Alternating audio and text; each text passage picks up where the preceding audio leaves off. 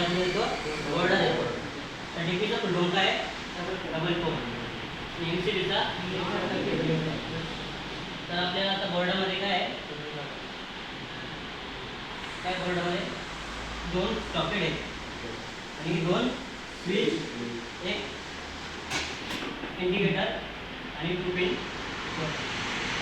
पुढं आपल्याला काय स्विच आहे, 2 लॅम्प 1 स्विच आहे, 3 लॅम्प 1 स्विच आहे.